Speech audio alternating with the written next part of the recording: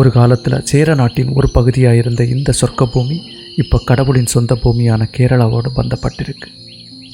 நம்முடைய இந்த பயணம் திருவனந்தபுரத்தில் இருக்கக்கூடிய பொன்முடி என்கிற சொர்க்க பூமியை நோக்கி தான்.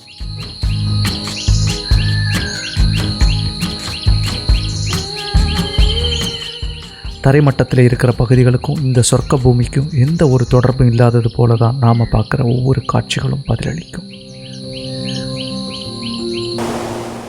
மலை அடிவாரத்தில் இருக்கிற கல்லார் என்கிற பகுதியிலே இருந்தே அதன் பிரமிப்பு ஆரம்பமாகுது.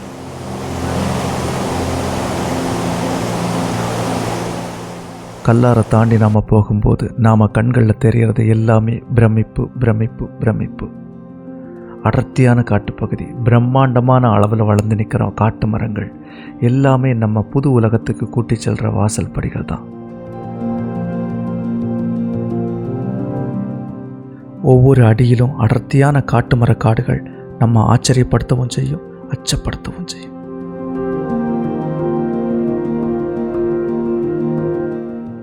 இருபத்தி 2 கொண்டை ஊசி வளைவுகளை தாண்டி சென்றால் உங்களுக்கான ஒரு வித்தியாசமான உலகம் காத்திருக்கும். நீங்கள் இனியும் காத்திருக்க வேண்டாம். பேருந்திலும் போகலாம், பைக்கிலும் போகலாம், காரிலும் போகலாம்.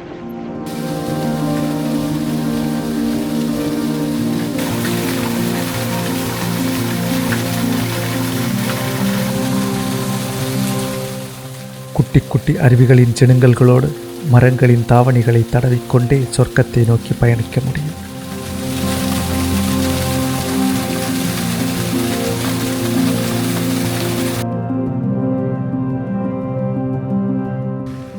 இந்த பயணம் மிகவும் பிரம்மாண்டமான பயணமாக இருக்கும். நான் ஏற்கனவே எதிர்பார்த்தது போல மழைச்சாரலும் பனிமூட்டமும் ஒருங்கிணைந்து ஒவ்வொரு பயண விரும்பியையும் வரவேற்பது யாருக்கும் கிடைக்காத ஒரு பொக்கிஷம். குருவிகளின் கொஞ்சல் மொழி, மொட்டுக்கள் மலர்கின்ற இசை, காற்று மரங்களின் கலவை இசை, இவையெல்லாம் சொர்க்கத்திற்கான திறவுகோலாய் அடிவாரத்திலிருந்தே நாம் உணர்வோம். பனிப்போர்வையை போர்த்தி கொண்டு தேநீர் பருகுவது ஒவ்வொருவரின் கனவாக இருக்கும். எனக்கு மட்டுமென்ன விதிவிலக்கா? இயற்கை விரும்பிகளுக்கு மட்டுமல்ல, இயற்கைக்கே இது பிடிக்கும்.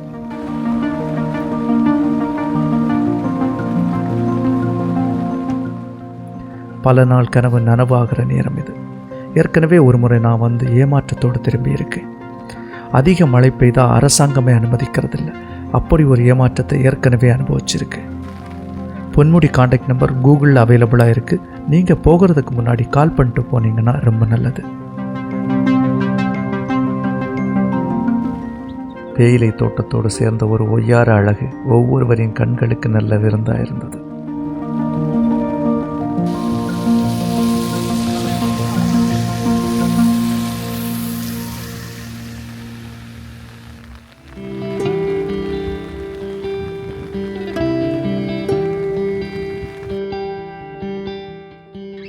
கொஞ்சம் பனிமூட்டத்தோடு கூடிய மலைப்பயணம் எனக்கு ரொம்பவே பிடிக்கும். வெதர் ரிப்போர்ட்டில் பார்த்தா 20% மழை போட்டிருக்கு.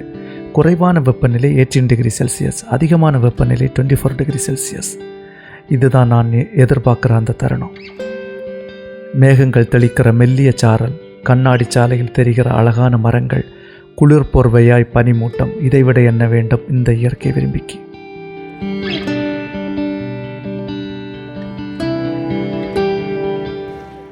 நான் வெதர் ரிப்போர்ட்டில் பார்த்து எடுத்த முடிவு தப்பாக போகலை. வித்தியாசமான ஒரு உணர்வை எழுதி தந்தது. அது மொழிகளுக்கு தெரியாத ஒரு உணர்வாக இருந்தது.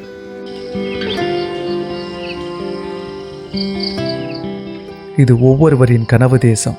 மனதுக்கு பிடித்தவரின் கைகோர்த்து இளையராஜா பாடலை மனதுக்குள் வாசித்து கொண்டு, இந்த பனிக்காற்றை சுவாசித்து கொண்டு மேகத்துக்குள் நடப்பது ஒவ்வொருவரின் வாழ்நாள் கனவாக இருக்கும். கண்டிப்பாக இங்கு அது சாத்தியமாகும்.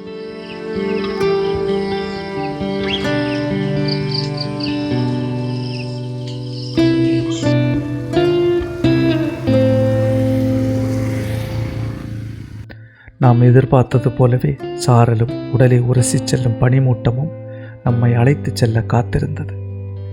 இயற்கையை நேசிக்கும் ஒவ்வொருவருக்கும் இது ஒரு வரப்பிரசாதம். 2 வீலர்ஸில் போகிறவங்களால் ரொம்பவும் என்ஜாய் பண்ண முடியும். 4 வீலர்ஸை விடவும் அதிக அளவில் 2 வீலர்ஸ் தான் பார்க்க முடிஞ்சது. மேல் பகுதியில் 2 வீலர்ஸுக்கும் 4 வீலர்ஸுக்கும் நிறைய பார்க்கிங் வசதி கொடுக்கப்பட்டிருக்கு.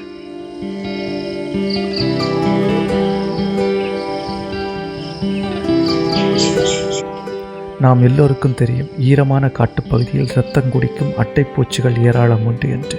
கவனமாக இருக்கவும்.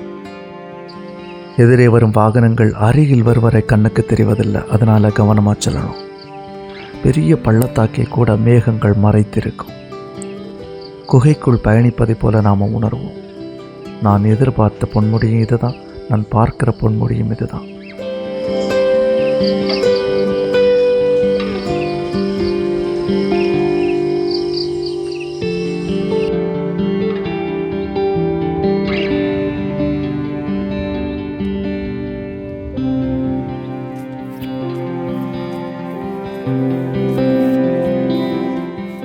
இது போன்ற சொர்க்க பூமியில் தங்கிறதுக்கு ஒரு அக்காமடேஷன் இருந்தால் எப்படி இருக்கும்?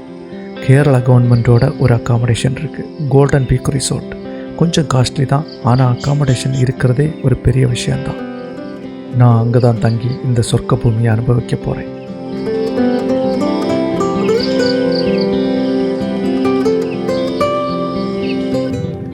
வித்தியாசமான சிறிய சிறிய பறவைகளை பார்க்க முடியும்.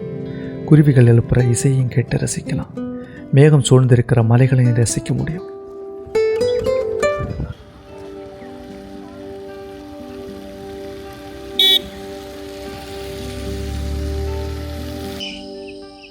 உங்களுக்கு வாழ்க்கை சுமையில் இருந்து ஒதுங்கி வேறு ஒரு கிரகத்துக்கு பயணப்படணும்னு நீங்கள் ஆசைப்பட்டீங்கன்னா இதுதான் அந்த டெஸ்டினேஷன். மேற்கு தொடர்ச்சி மலை ராணியின் அழகை பற்றி வார்த்தையால் வடிவமைக்க முடியுமா என்ன? உணர மட்டுமே முடியும். இயற்கை நமக்கு கொடுத்த வரப்பிரசாதம் இது. பத்திரமாக பாதுகாக்க வேண்டியது அரசாங்கத்தின் கடமை மட்டுமல்ல, நம்ம ஒவ்வொருவரின் கடமை.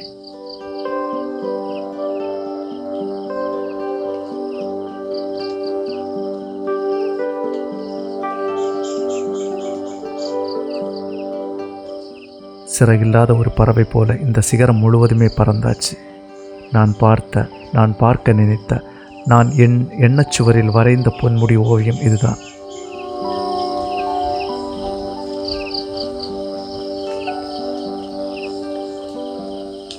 கொடைக்கானல் போன்ற உயரமான மலைகளில் கிடைக்கக்கூடிய அரிய காட்சி பொன்முடியில் கிடைக்கிறது எனக்கு ரொம்பவே ஆச்சரியத்தை தந்தது.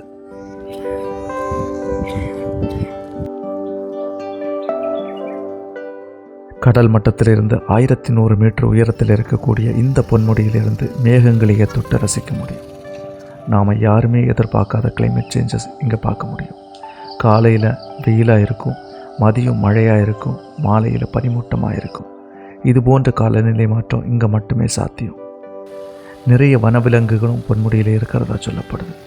மான், யானை, காட்டெருமை போன்ற மிருகங்கள் நிறையவே இருக்கிறதா சொல்லப்படுது.